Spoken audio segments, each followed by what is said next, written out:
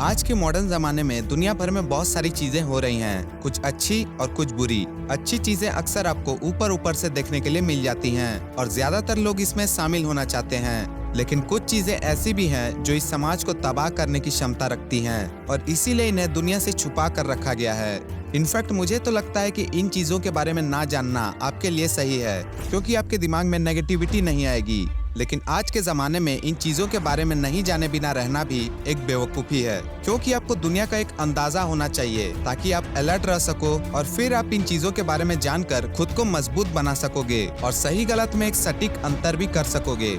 इसीलिए आज हम एक ऐसे टॉपिक पे बात करेंगे जो कहीं ना कहीं आपसे छुपाया गया है और आमतौर पे ये द डार्क वेब के नाम से जाना जाता है।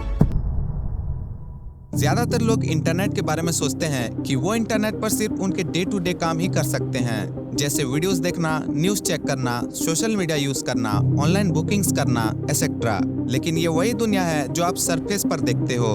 इंटरनेट के अंदर एक बिल्कुल ही अलग दुनिया है जिसे टेररिस्ट, क्रिमिनल्स, दुनिया की तबाही चाहने वाले लोग, टॉप सीक्रेट जासूस हर रोज एक्सेस करते हैं। लेकिन आप और मैं चाह कर भी कभी उन्हें ट्रैक नहीं कर सकते।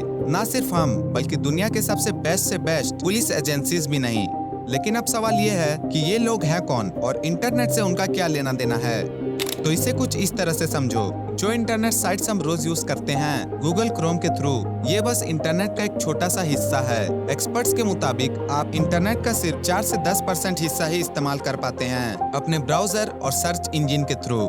एक अंदाजे के मुताबिक इंटरनेट पर 1.8 अरब से भी ज्यादा एक्टिव साइट्स हैं, जिसमें Google, Wikipedia, Amazon and Reddit जैसे पब्लिक साइट्स शामिल हैं जो हम रोज एक्सेस करते हैं। लेकिन इसका मतलब ये नहीं है कि बाकी साइट्स इल्लीगल या बेकार हैं। इंटरनेट के बड़े हिस्से के वेबसाइट्स भी कम्प्लीटली लीगल होते हैं, लेकिन यहाँ डाटा थोड़ा अलग किस्म का होता है और एक आम इंसान से छुपा कर रखा जाता है। यहाँ पर पब्लिक के private records, emails, bank transactions, medical records, financial records, legal documents, scientific researches and government reports वगैरह स्टोर होते हैं। डार्क वेब डीप वेब का ही एक हिस्सा है, जिसमें आईपी एड्रेसेस यानी online identities web search engine से इंटेंशनली छुपाए जाते हैं और इन सारे वेबसाइट्स को सिर्फ एक खास तरह के वेब ब्राउजर से ही एक्सेस किया जा सकता है। डार्क वेब की वेबसाइट्स को किसी भी सिंपल ब्राउजर जैसे गूगल क्रोम या माइक्रोसॉफ्ट एज से एक्सेस नहीं किया जा सकता और उनका डोमेन नेम .in या .com के बजाय .onion के साथ खत्म होता है। अब आप सोच रहे होंगे कि इसे ओनियन नाम ही क्यों दिया गया, राइट? तो इसके पीछे एक काफी इंटरेस्टिंग कहानी है जिसे हम थोड़ी देर में जानेंगे। जैसे कि हम अमेज़न, फ्लिपकार्ट या स्नैपडील से कुछ किताबें, कपड़े या कुछ सामान मंगवाते हैं, उसी तरह से terrorist, drug smugglers, illegal animal parts का बिजनेस करने वाले, fake currencies and fake passport dealers, बच्चों के साथ गलत काम करने वाले मेंटल्स एसेट्रा डार्क वेब से इलीगल और खुफिया ट्रांजैक्शंस करते हैं। यहाँ तक कि इधर किसी को टपकाने की सुपारी भी दी जाती है। लेकिन अब सवाल ये उठता है कि अगर ये इतना खतरनाक चीज है तो इसे क्रिएट किसने किया और इसे रोका क्यों नहीं जाता? ये सवाल मेरे दिमाग में भी आया था जब मैं इस पे रिसर्च कर रहा था। तो इसे और अच्छे से समझने के लिए थोड़ा पास्ट में चलते हैं। शायद आप जानते होंगे कि हमारा इंटरनेट शुरुआत में रिसर्चर्स ने मिलिट्री टेक्नोलॉजी के लिए बनाया था। बिल्कुल उसी तरह 2002 में यूएस नेवी की नेवल रिसर्च लेबोरेटरीज को ये महसूस हुआ कि उनकी कम्युनिकेशंस एक खुफिया तरीके से नहीं हो रही है और उन्हें अपने सिक्योरिटी सिस्टम को अपडेट करना था ताकि कोई भी उनकी कम्युनिकेशंस को एक्सेस ना कर सके। और इसीलिए उन्होंने एक सॉफ्टवेयर को डेवलप किया जिसे बाद में नाम दिया गया द ऑनियन राउटर या फिर द टॉर सॉफ्टवेयर।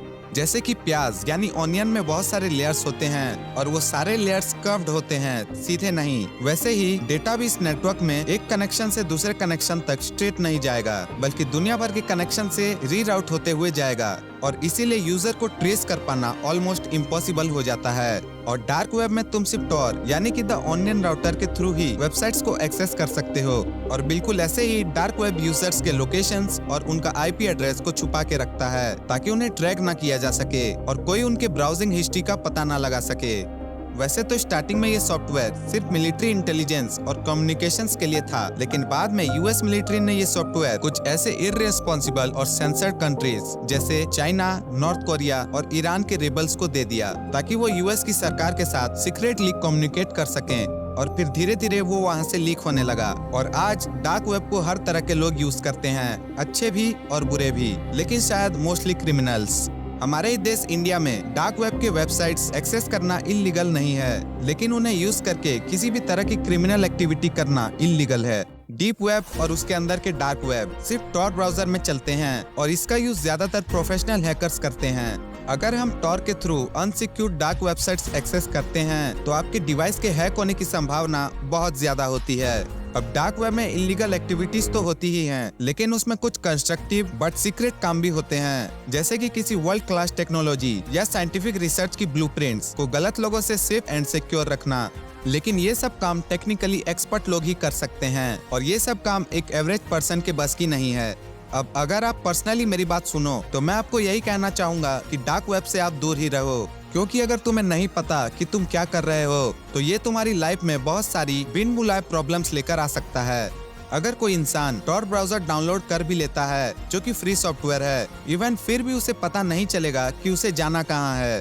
टॉर के वेबसाइट्स गूगल या यूट्यूब की तरह नहीं है जहाँ बस टाइप करो और पहुँच जाओ। यहाँ पे आपको पहले वेबसाइट्स का नाम पता करना पड़ेगा जो बहुत ज्यादा कॉम्प्लिकेटेड और सिक्रेटिव होते हैं, या फिर यहाँ आपको अनलिमिटेड लिंक्स मिलेंगे जो आमतौर पर एक्टिव ऑनियन वेबसाइट्स होंगे, लेकिन आपको पता भी नहीं चलेगा और वो आपको किसी इलीगल वेबसाइट पर लेकर चले जाएंगे। तो मेरे ख्याल से आपको डार्क वेब से दूर ही रहना चाहिए और एक नॉर्मल यूजर वीपीएन यानी वर्चुअल प्राइवेट नेटवर्क का इस्तेमाल कर सकता है, जिससे वो अपने नॉर्मल क्रोम ब्राउजर को भी और सिक्योर बना सकता है। लेकिन अगर दुनिया में टेक्नोलॉजी का मिसयूज हो रहा है तो उसका मिसयूज करना भी नॉर्मल ही है, लेकिन आपको ये एज ए रियलिटी एक्सेप्ट करना है और इन चीजों से दूर रहना है। शायद आपने डार्क वेब के कुछ डरावने किस्से भी सुने होंगे, पर आपको उनसे बिल्कुल भी डरने की जरूरत नहीं है, क्योंकि वहाँ पर बहुत सारे मनगढ़ंत कहानियां भी होती हैं। लेकिन ओवरऑल आप खुद से एक सवाल करना कि अगर आप सेफ और सिक्योर रहना चाहते हैं और नेगेटिविटी से दूर रहना चाहते हैं तो नेगेटिविटी को अट्रैक्ट करना आपके लाइफ में पॉजिटिविटी को कैसे मेंटेन रखेगा।